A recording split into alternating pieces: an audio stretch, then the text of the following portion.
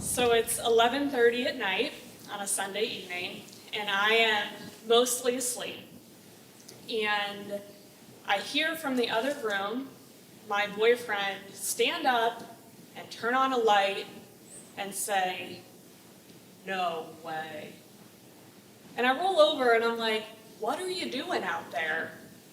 And he's like, "I think we brought a mouse home from camping."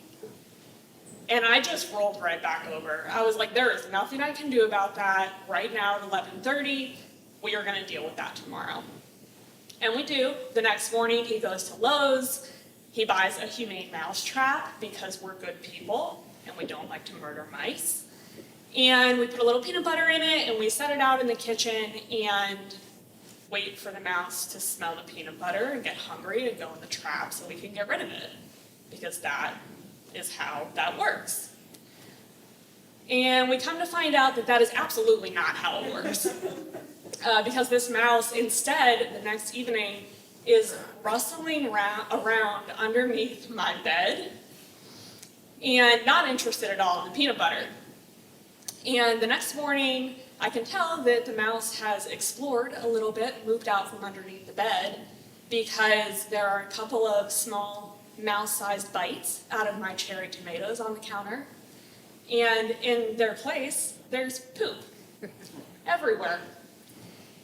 And this goes on for 9 days of no mouse in the trap, definitely mouse eating cherry tomatoes, definitely poop everywhere. And we start to think that maybe we don't know what we're doing.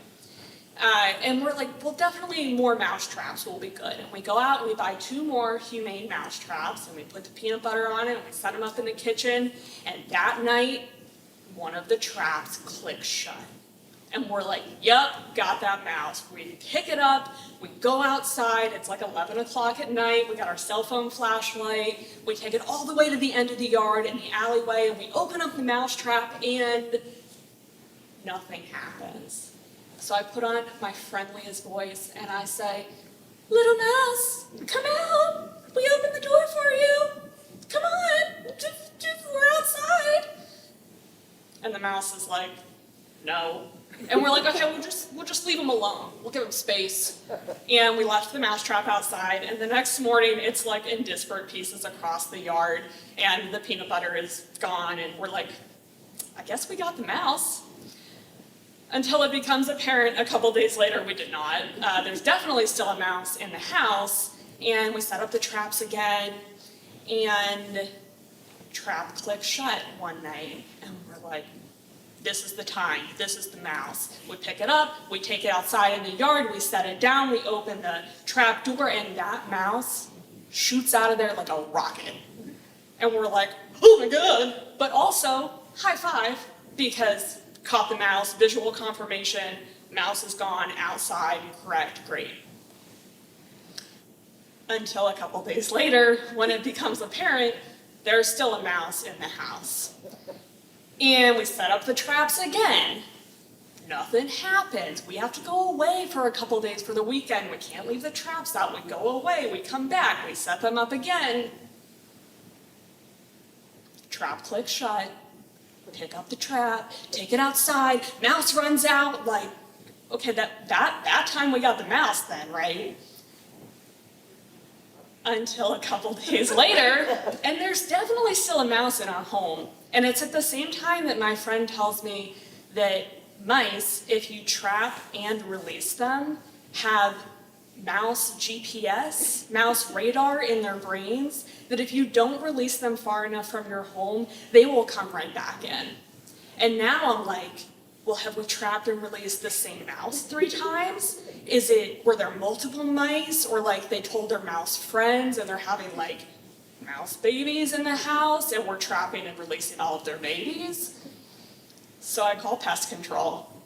And they're like, oh yeah, sure, for $400, we will absolutely come in and set up some snap traps and mouse poison, and we will get this mouse for you. And I'm like, done. Do you need $500? Like, please come help me. It takes 2 weeks. I have to call the mouse pest control company again to come back because I'm like, we haven't caught it. And they're like, oh yeah, you haven't caught it. It's so weird. Okay, well, just like keep on waiting. And it is last year on York Story Slam Grand Slam premiere night that I am sitting on my couch with my boyfriend, and in the dining room, I can see like a little bit of a shadow underneath one of the cabinets. And I say to my boyfriend, I think the mouse is in the trap. I think we got it. And he's like, no, that can't be it. And I'm like, no, I think it's over there. Like, go look with your cell phone flashlight. And he does, and he goes over, and sure as hell, that mouse is dead in that trap. And we're like high-fiving, except also like neither of us want to dispose of the mouse. And I'm thinking like, oh, like you're so tender, you love animals, that's why we did the humane traps. Like, I will get this mouse, until I took one look at it and burst into tears.